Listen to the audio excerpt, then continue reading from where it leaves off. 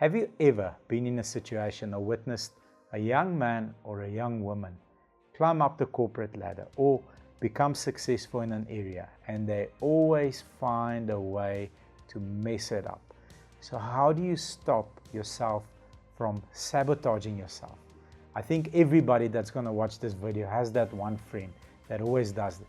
So creative, he's so successful, he's so damn talented, but they always find a way to sabotage themselves and kick themselves where it's sore. On today's episode, we've got Anna-Marie Meyer and Eddie Magane to help us unpack this valuable topic and get some clarity on how to not do it or stop yourself from doing it. Let's get into it.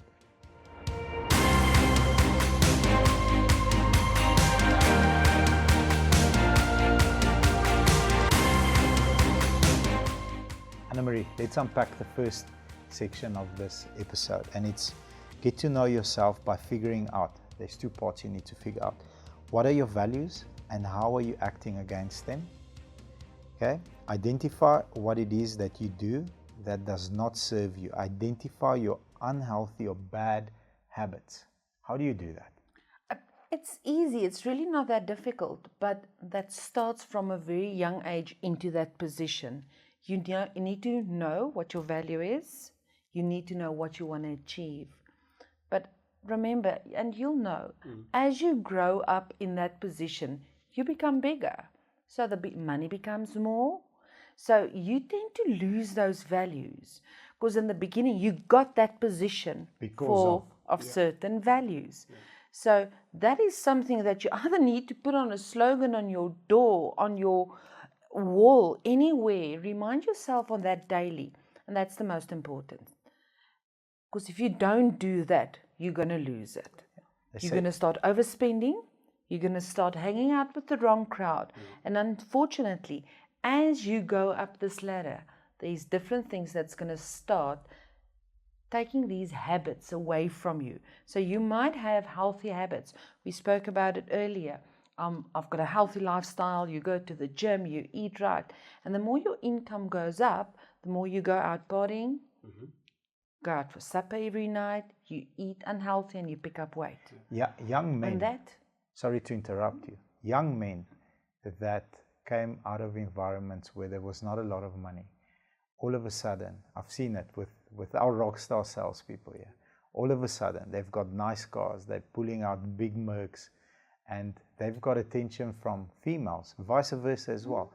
But mostly with young males, they've got attention from females. They don't know how to handle it, gets to their head, and it takes you off course. It's a very dangerous area. So the bottom line in this is just you need to know what is your core value and never forget it. And stick to the healthy habits. So go out and pinpoint. And that is something that you need to revisit almost on a monthly basis. Yeah. Yeah. What about this month was a bad habit? Where did I go off? Where did I go off? Yeah. Let's go back. And that's the most important, because then you'll keep on track. Yeah, but you need to self-evaluate constantly. Yeah. Constantly. Every single month. Let's unpack this. Learn what triggers you. So your triggers are very important. Accept and acknowledge when you're feeling sad, upset, or overwhelmed. Note down your thoughts and feelings as you experience them. This helps to identify any underlying causes to those feelings. Yeah. Remember, it's very, very important to first accept that you get to have these feelings, emotions that obviously might lead you astray. Once you've accepted, then you know you have a problem to deal with. And the good part is you know what the problem is.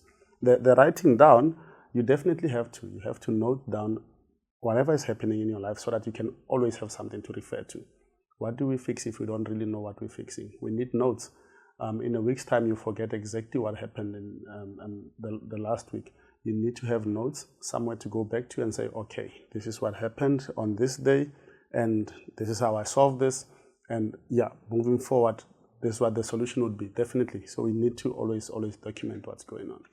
There's a beautiful book that my friend bought me. It's called Principles by Ray Dalio, and he explains it that if you go and look through a cycle, a life cycle, or a monthly, a weekly, a daily cycle, you will identify 15 or 20 different scenarios. If you go and write down how you solved for a certain scenario. You can almost create a system.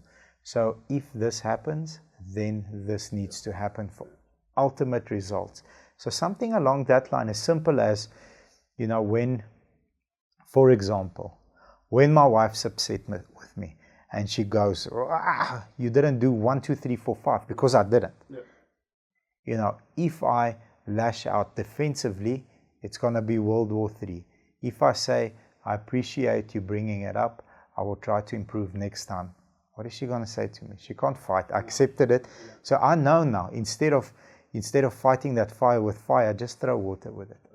And you know, moving forward, you know, you can set standards to every situation almost. Yeah. Okay, then let me grab this one. Learn your core beliefs. So childhood contributes a lot in many of our core beliefs and can become main forces in self-sabotage ourselves, move away from all negative narratives. So a self-belief that I've had for a very long time is my income is definitely connected to the value I add. So if I want my income to grow, my capacity needs to grow. So that's the value I add, is the capacity at which I'm adding value to the people around me. The moment that the income exceeds that, I will sabotage myself and bring it down. So I need to constantly be making sure that my capacity is growing, pulling my income up. So I need to be adding more value to everybody around me for the income to grow. Otherwise it will fall. That's a core belief. Last one, set goals and be intentional to achieve them. So there's 3 points I have. Have some compassion towards yourself. I mean, I always look at these big business people. I'm like, geez, how does this guy, Elon Musk, juggles his day with 15-minute intervals? But I'm not Elon Musk. You know, I would love to be, but I'm not yet. So I'm soft on myself with that. That's how I understand that point. But now I've got to admit, Bobby, being compassionate with yourself, sometimes people tend to set goals too low. Yeah. So you need to know the difference between compassionate, what you can do, your ability, and when it's just too low because you're underestimating yourself. You're lazy about your goals. That you need to understand. You have lazy goals. Yeah. So you need to understand that. Yes, you need to think, but that's why you've got people around you that would help you out. Yeah. You've got dear friends that would say, Bobby, you're going too fast now, or no, backtrack. We need to go faster. Yeah. And that's what you need for that. Absolutely. Be mindful and train yourself not to react on negative thoughts. We discussed this earlier as well, about how people, that can influence me very badly. Is I hate it, I get upset and I turn around and walk away. I struggle. You did well by just turning around and walk away. But stay away from any negative talk. Including your family, especially your family. Family, because that is even worse, because you stay with them. 100%. But it's easier with family saying no. I know in some cultures we discuss that it's more difficult. Yeah. But in my close family, my husband and my children, it's easy to say no, we're not doing this. Luckily, Oma and Opa is not there every day because they would try and protect. But I easily say no. But in a work environment, if you've got, and that's almost like a toxic relationship, and you can see everyone, but you can't blame that one person because they're not doing anything wrong. Yeah. So you either need to train that person how to be a better version, because maybe that's just what they're used to. Yeah. But stay away from any negative talk. Absolutely. Third one, keep your goals simple and invest time every day to work on these goals. Yeah, I think it's something that we do good at. We try and refresh goals on a daily, even we between set daily us. targets. Yeah. So, and we try and keep each other accountable for that. It's difficult sometimes because you know the goal that you've set that morning is maybe a bit steep. No such thing. What's nice about that, they are steep sometimes. But what's nice about it, you don't want to disappoint. So you keep on working to that. Absolutely. And then if we fail, we actually try and see why did we fail. And we don't make an excuse for, but it was too high.